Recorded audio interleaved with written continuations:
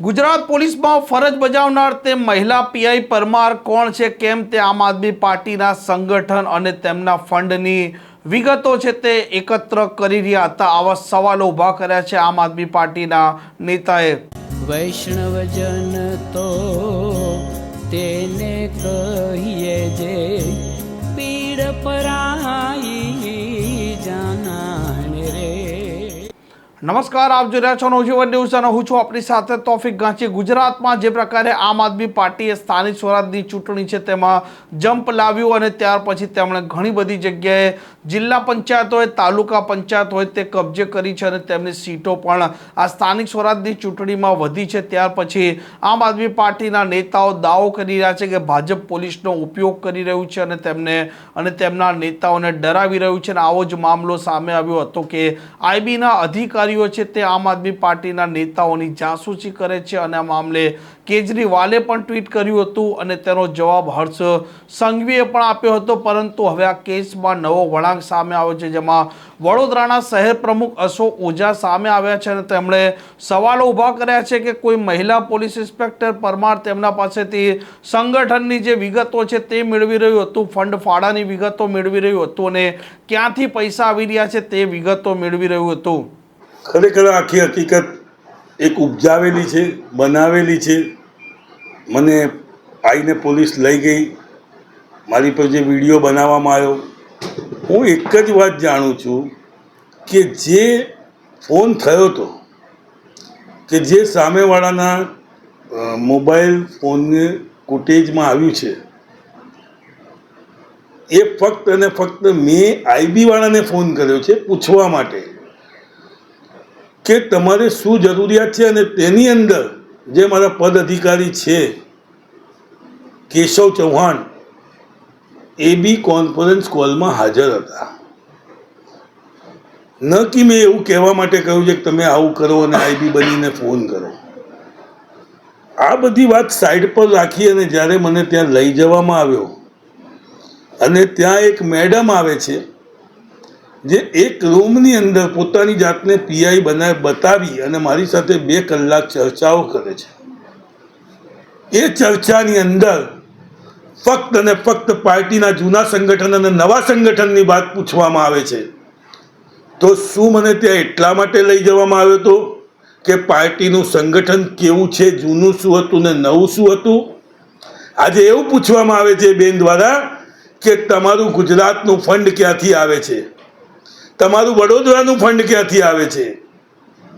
વેલકમની અંદર 24 થી 26 કેજરીવાલજી રોકાયા, એનું ફંડ ક્યાંથી આવ્યું?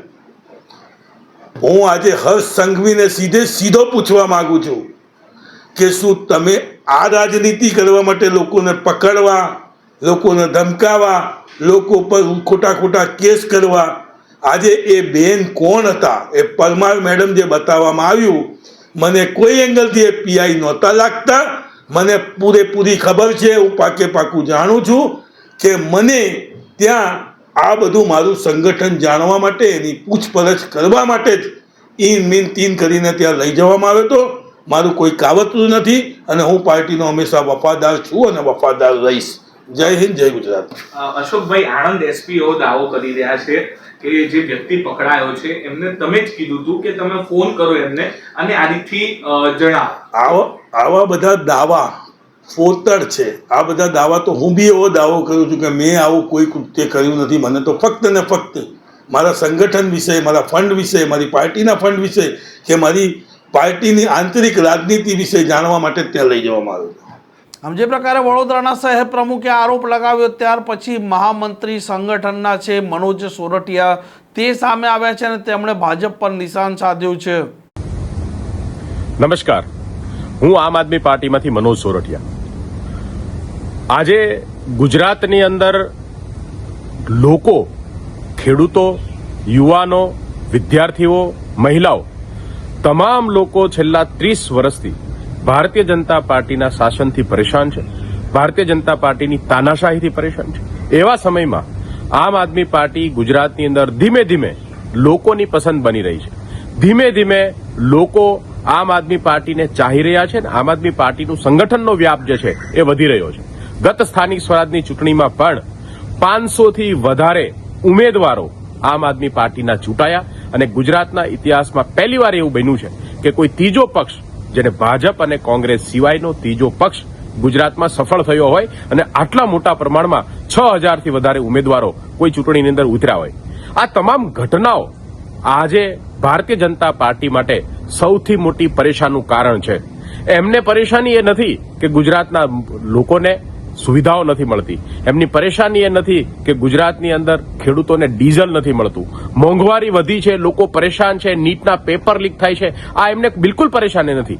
એમને પરેશાની છે કે સામે પક્ષે કોઈ બોલવાવાળો વ્યક્તિ ન હોવો જોઈએ. આજે ખેડૂતો આંદોલન કરી રહ્યા છે, એમના ખેતરની અંદર વીજ લાઇનની પરમિશન વગર જબરજસ્તી નાખવાનું કામ થઈ રહ્યું છે. ત્યારે ગુજરાતની અંદર એક અવાજ જે ભાજપની સામે છે, ભાજપને વારંવાર ચેલેન્જ આપ્યો છે અને ભાજપના કુશાસનની સામે સવાલ ઉપાડવાનું કામ કર્યું છે, એવી આમ આદમી પાર્ટીને ખતમ કરવાનું વારંવાર ષડયંત્ર ભારતીય જનતા પાર્ટીએ રચ્યું છે. ચૂંટણી પહેલા પણ આમ આદમી પાર્ટીના કાર્યકર્તાઓ, નેતાઓને જેલમાં નાખવા, એફઆરઆઈઓ કરવી, ખોટા કેસો કરી અને એમના મોરલ તોડવાની કોશિશ વારંવાર થઈ છે અને ચૂંટણી પછી પણ આ સિલસિલો આજે પણ ચાલુ છે.